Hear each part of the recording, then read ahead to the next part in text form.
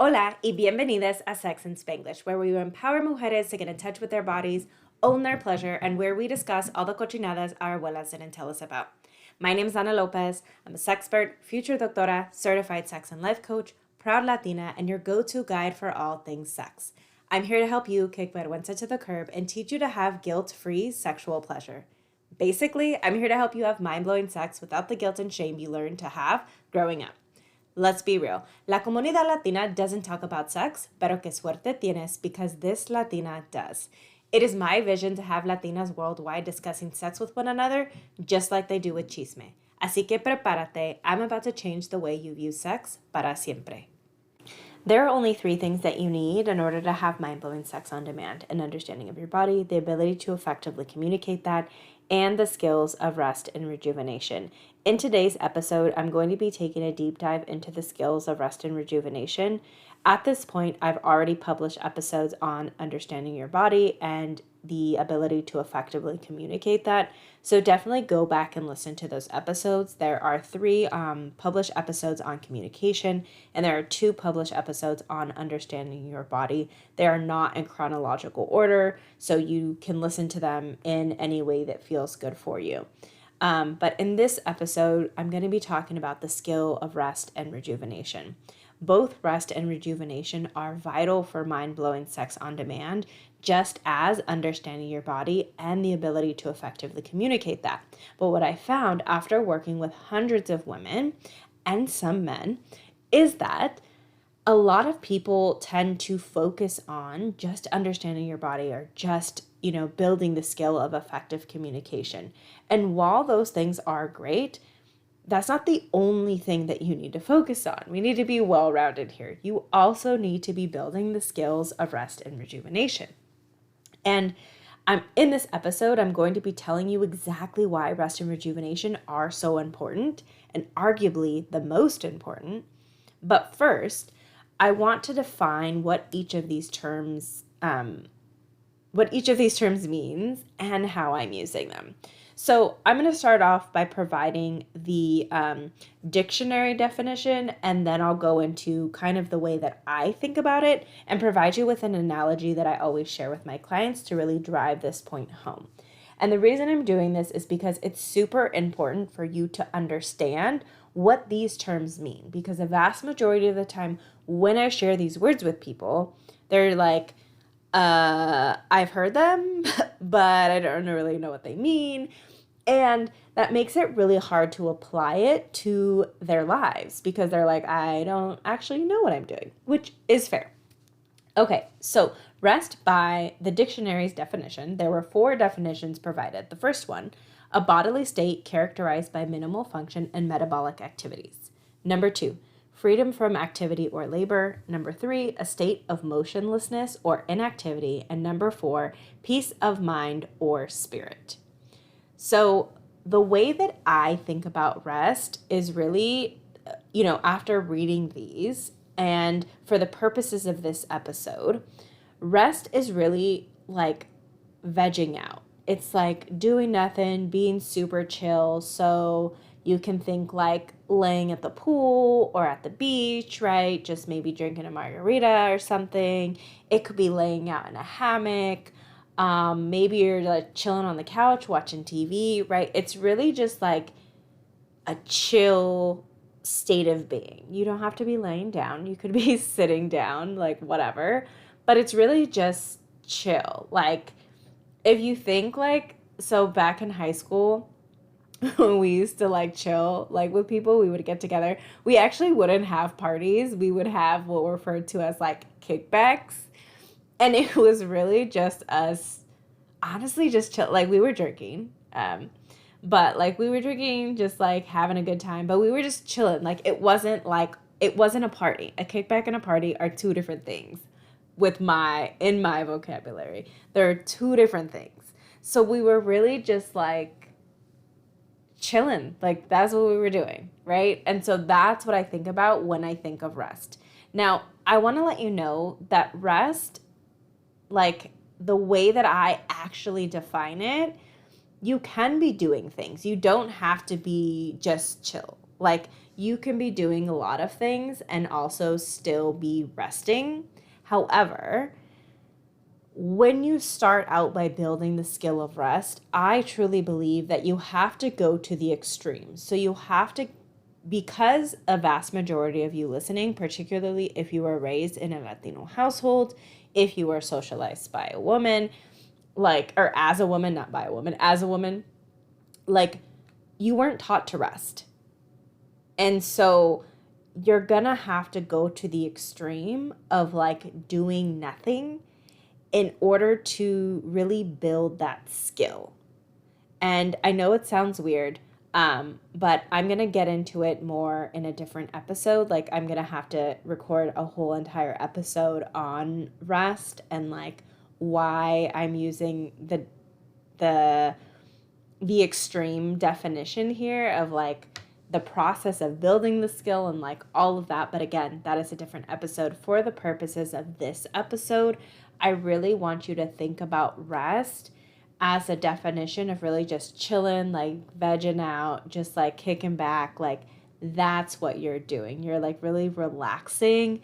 That is rest for the purposes of this episode. And I also want you to keep in mind that it can involve other things, but again, for the purposes of this episode, this is the way I'm defining and using rest, particularly because many of you are in that place of like having not like you don't have the skill of rest, and like that's okay. And where you're going to begin is by using this like kind of semi-extreme example of rest of like doing absolutely nothing. Okay, when we think of rejuvenation, the dictionary definition says the action or process of giving new energy or vigor to something. So when I read that, what I think of is like really, it's kind of like adding energy to something. It's like refreshing something, right? So if you were like on the computer, it would be like refreshing your tabs, right? Refreshing your tabs, is that even the phrase? Like, right? Like, it would just be like refreshing the page is what I mean. It would be trying to think. It would be like maybe taking a shower, right? Something like that. It's really just like giving new energy. You're like, it's really like refreshing, right? Drinking a really cold glass of water on a hot day, or like a cold beer, like if that's your thing, right? Like, that's what rejuvenation is. When I read this definition, that's kind of like what I think of. For the purposes of this episode, and again, rejuvenation is going to have its own episode, and I plan on doing that. But for the purposes of this episode, I want you to think of rejuvenation as things that are vital to your existence. So that would be things such as drinking water, sleeping, eating food, right? Even if it's not necessarily like a vegetable or something like that, right? Like, you actually need to eat to survive. I also, in this specific definition for for the purposes of this episode, I also want you to think of like hygiene. So like brushing your teeth, washing your face, taking a shower, right? All of those things. And again, rejuvenation is so much more than that, but we're going to start at the bare minimum for rejuvenation. So we're going to the extreme for rest, and we're starting at the bare minimum for rejuvenation. And this is very strategic. I'm doing this in this way for a very specific reason. So just bear with me here. There are going to be 2 episodes coming out after this, one on rest, taking a further deep dive into rest, a further deep dive into rejuvenation, and potentially a 3rd and 4th episode on the application of these things, of really like learning to build the skills. And in this specific episode, I really just want to talk about what rest is and what rejuvenation is, like at their core of like, this is just basically what it is, and why it is so important to sex, because I'm a Y child till the day that I die, and it is super important for me to understand things in order to apply them. And so I really want you all listening to this to actually really understand why this is actually important. Because I think, and as I've noticed, like after working with hundreds of people at this point, is that when I just tell you to do something of like, hey, do this to solve your issue, you don't do it.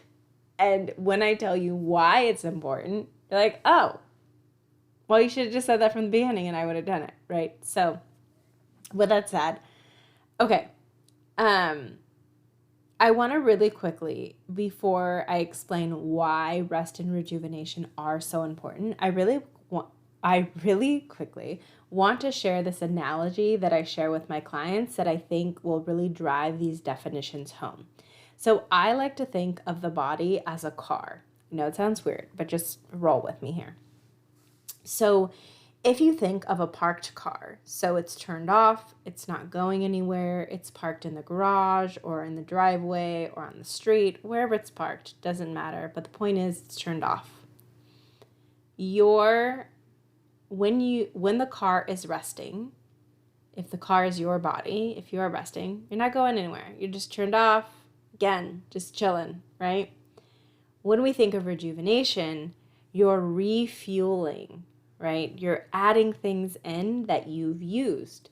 So you are putting gas in the car. You're topping off the fluids. You're changing the oil, right? You're really just adding things into the car that the car needs in order to continue working, right? And in the same way, when you're adding in water and food and sleep, to your body, it's really so that you can continue living, because after a while, if you don't do any of those things, you're going to die, right? And in the same way, if you just stopped gassing, like putting gas in your car's not going to go anywhere.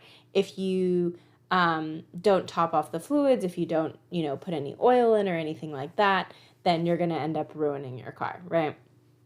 So same concept there. All right. Now, let's get into why the skills of rest and rejuvenation are vital for having mind-blowing sex on demand. Okay, our bodies need rest. Period. End of story. I could really end the episode there, but I won't. When we sleep, our bodies regenerate and get rid of toxins in our bodies. Our bodies need rest outside of sleep as well, right? So again, our bodies just need rest. Our bodies are not made to continuously be on the go, whether it's working out, running errands, even social activities. Our bodies are not meant to just continue going like the fucking Energizer Bunny. And I would say, like, this is a very like cliche phrase of like, I hear it all the time of like, bodies are not robots. But robots aren't meant to be running all the time either, right? A lot of us have our phone on 24/7, and I can guarantee you that if you turned your phone off every night, it would probably last you a lot longer. The battery would last a lot longer, right? It would work more efficiently and for a lot longer. Like, robots technology, right? Same thing. They're not meant to be going 24/7 either. That's just not feasible for anything. Like I'm going to provide a personal example here. So I never turn off my phone. And my phone is working fine, knock on wood. But I know that if I would actually turn it off from time to time, it probably would run better. But the example that I want to provide you, or the other example I want to provide you, is I have a laptop, right? And beginning in 2020, I started using the laptop a lot more, of course. At the time I had started my business. So I was working my day job and I also had my business. So I was on my laptop all the fucking time.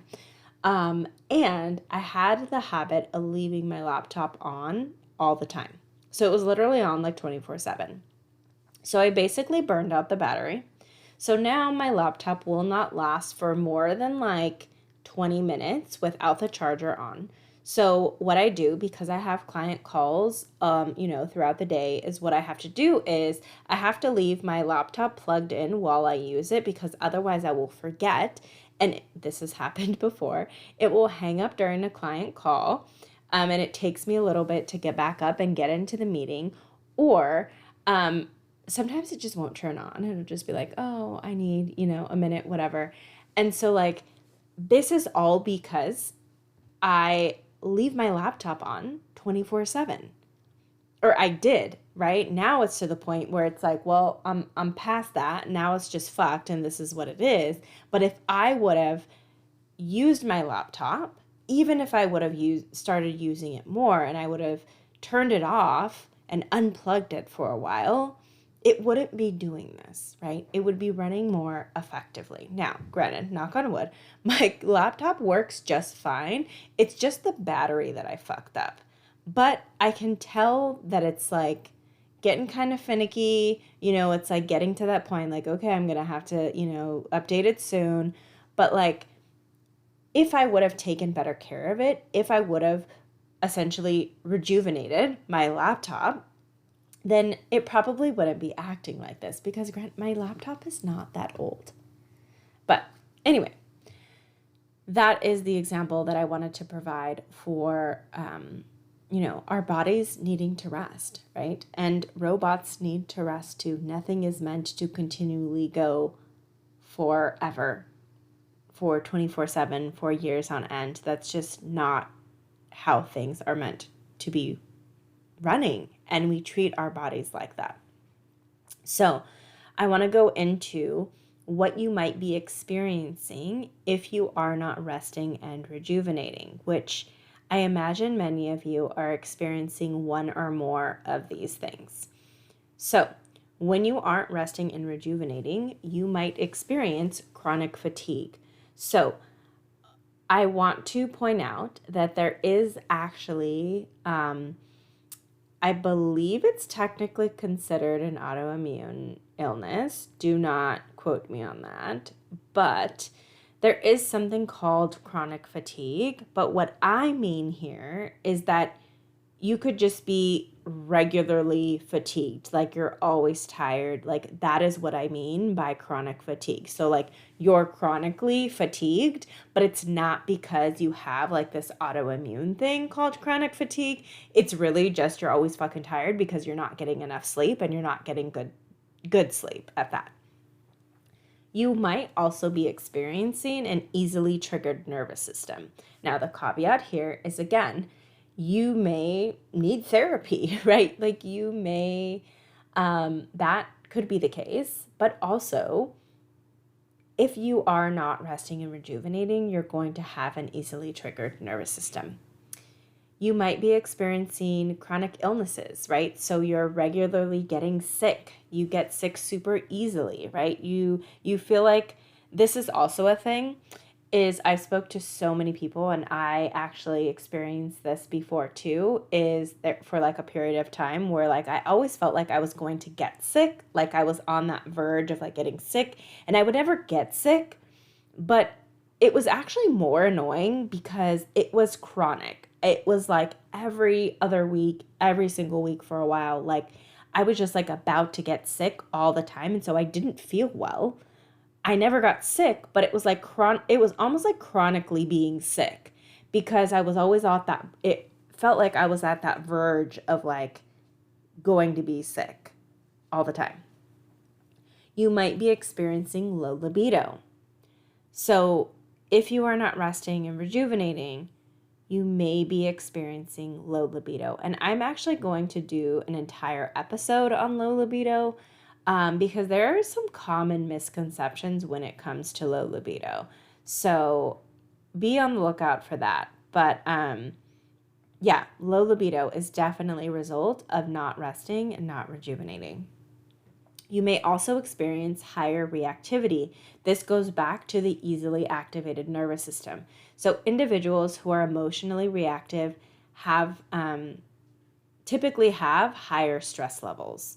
So Emotionally reactive means like you find yourself like bursting into tears, or you find yourself like yelling or like going off the hinges, right? Like that is emotionally reactive. And so individuals who are emotionally reactive or find themselves being emotionally reactive typically are experiencing like higher stress levels or are like having an activated nervous system. And um, they tend, and it goes like both ways, right? So like if you have higher stress levels, you may find yourself being more emotionally reactive, and if you are emotionally reactive, you may also find yourself having even higher stress levels, right? So it's like this really weird cycle of like where the higher stress level or the activated nervous system can create like this emotional reactivity that you wouldn't normally have.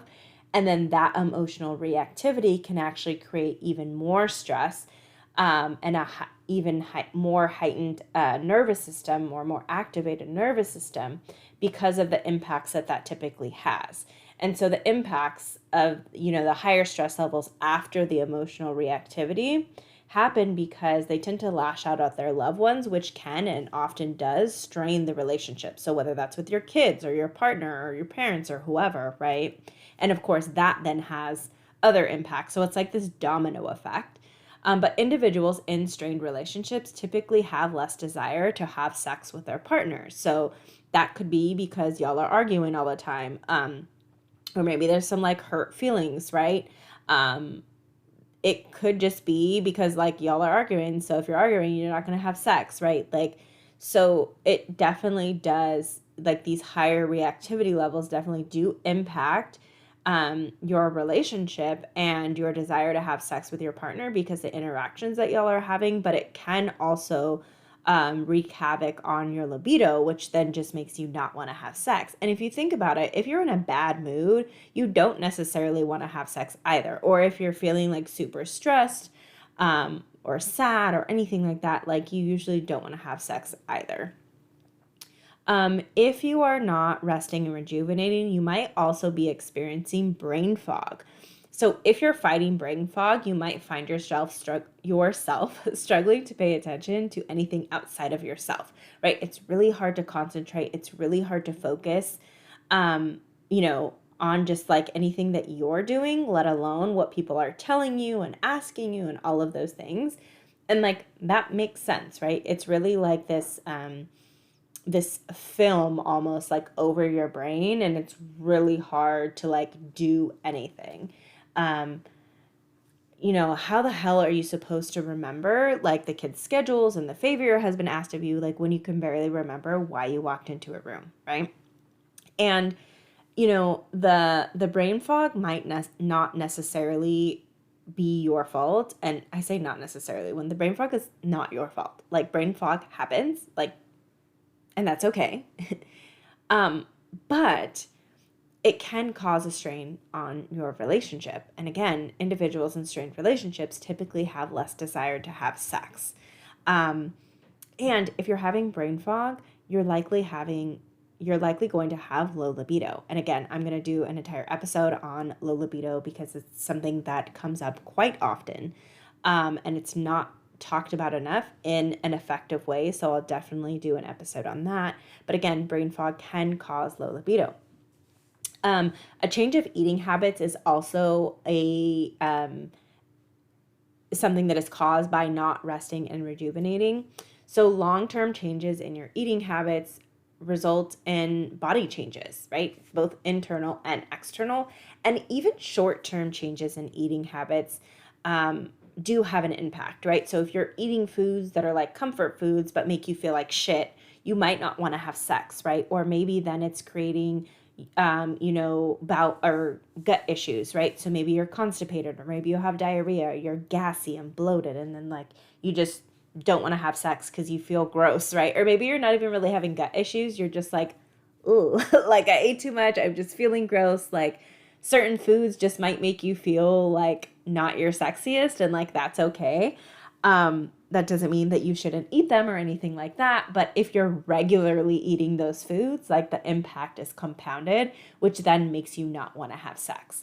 Um, I will also say while I'm here that constipation and diarrhea both can definitely impact your libido. Again, whole other episode on that.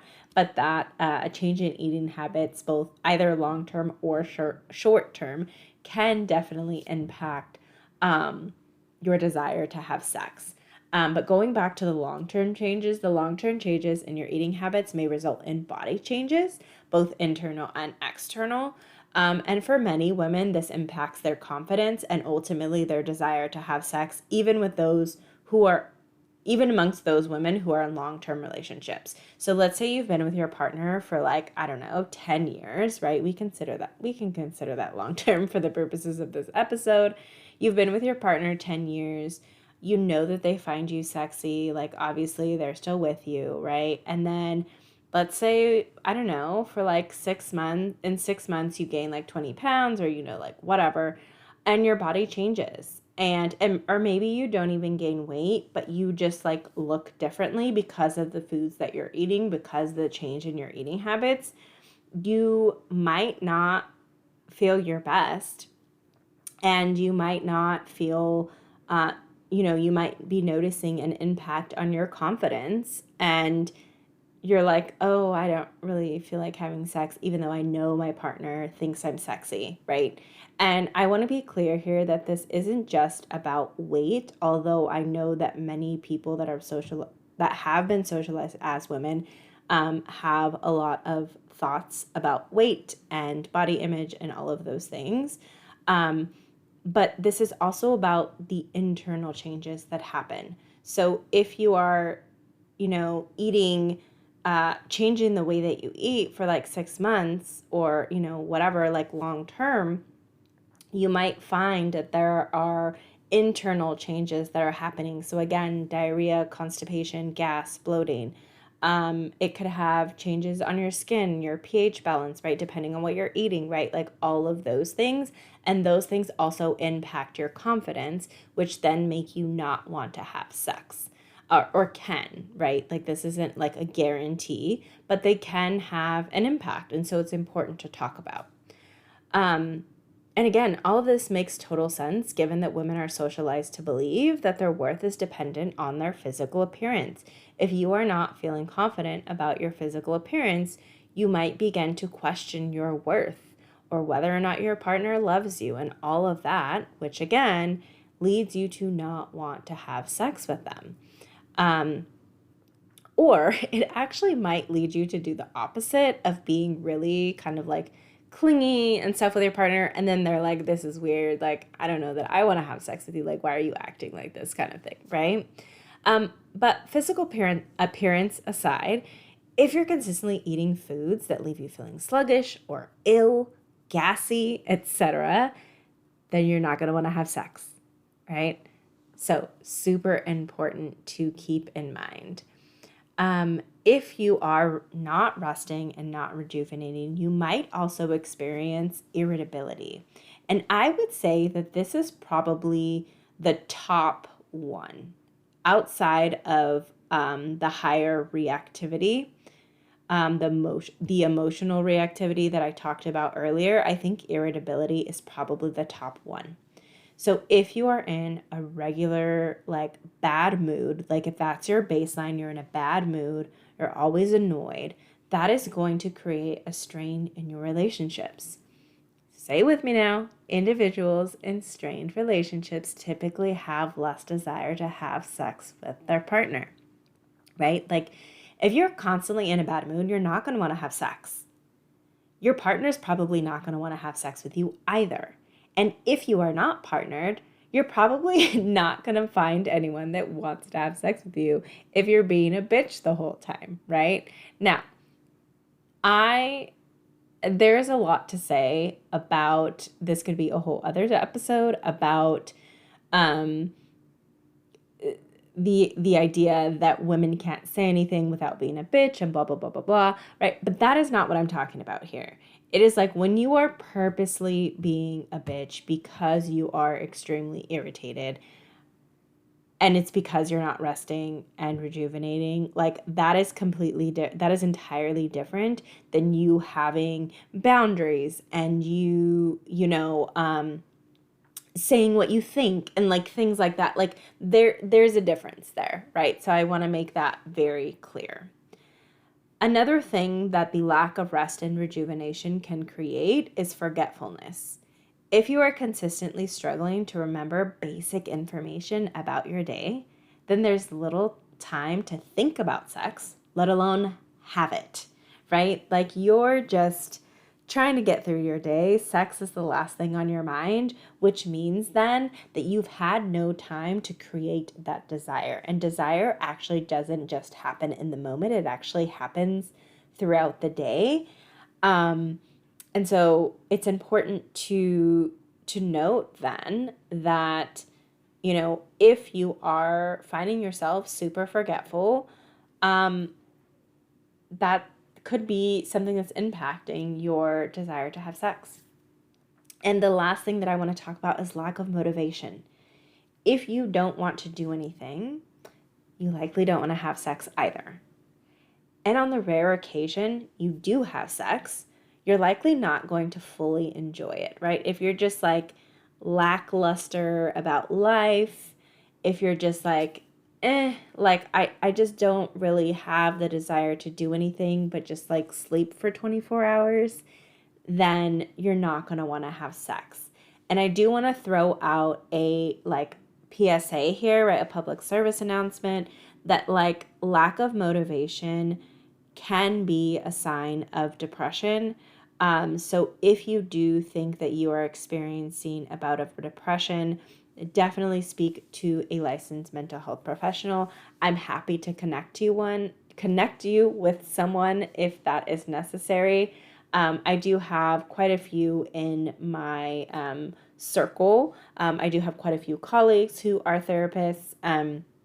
If you just are having trouble finding one, definitely reach out to me, Anna at sexandspanglish.com, and we can definitely talk about that, about connecting you with a licensed mental health professional. You can also send me a DM at sexandspanglish.com. Not at sexandspanglish.com. DM on Instagram. My handle is at sexandspanglish.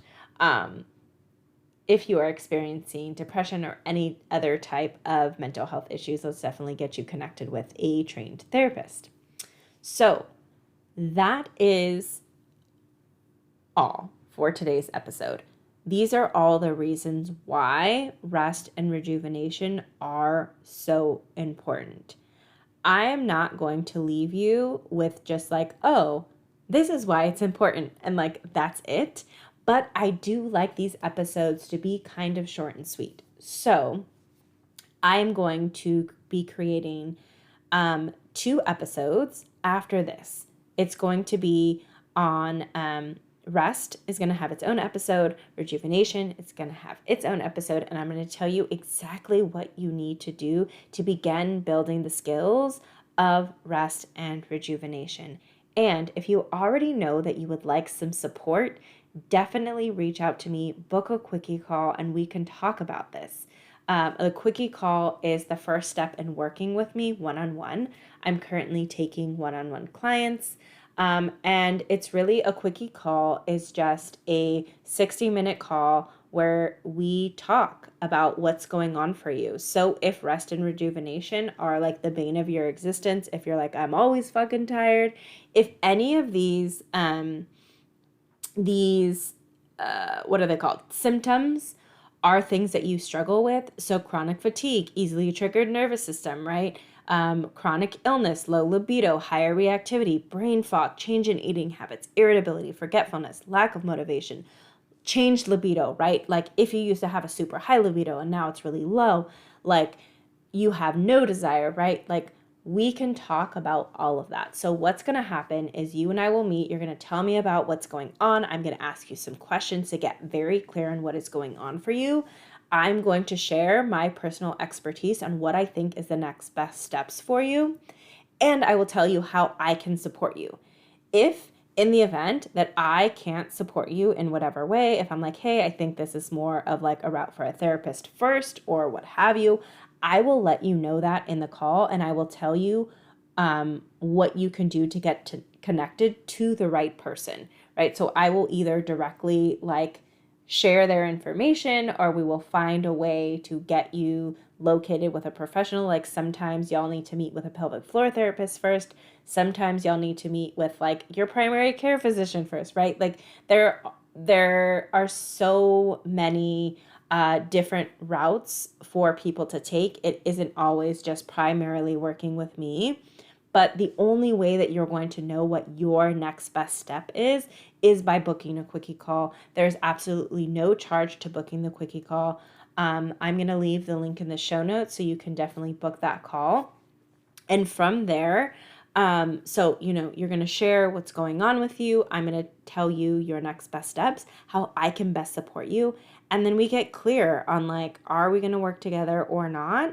And we get really clear on the answer, right? So you're not left wondering like, oh, do I want to work with her? Do I not? Like, let's just get an answer and like free that up in your brain. And that's actually something I'm going to be creating an entire episode on, of like indecision and its impact on your libido. I'm definitely going to talk about it in the libido episode, but I feel like indecision needs its own episode. And I actually think now that I'm saying this, you know what? I'm going to pause really quick and I'm going to come back. Okay, the reason I paused was because I was almost positive that I created an episode on indecision and I can't find it, but it might just be labeled something that isn't super obvious. So maybe I'll just create a new episode and that's fine. But indecision is really the kryptonite to orgasms and the kryptonite to your libido. So again, I'm getting into like way too many topics here. This is the end of this episode. Book your quickie call and be sure to come back next week to learn about the skills of rest and rejuvenation and how to begin building them today. I'll see y'all next week. If you have made it this far, this means that you have listened to the entire episode, assuming that you didn't skip any parts. So first and foremost, I want to thank you. It is truly an honor and a privilege to get to share my knowledge and expertise every single week, and the fact that people listen is mind-blowing to this day. So thank you. And before you go, I have a quick favor to ask of you. If you have gained anything from this podcast at all, if you learned one thing, if you've subscribed to the podcast, if you plan on coming back next week, if you have applied anything that I've taught you and it has brought you amazing results or even good results, right? Like if you've gotten results from what I've shared by applying what I've shared here in the podcast, I want to ask you to rate this podcast. I'm currently in the process of sharing the impact that this podcast has on the listeners, on the audience, on you all. And that means that I need to hear from you all. I know that people are listening because I see the subscriber number go up each and every week. I see the amount of time being listened to each episode.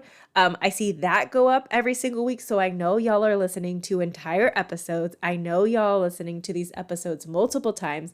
I know people are subscribing.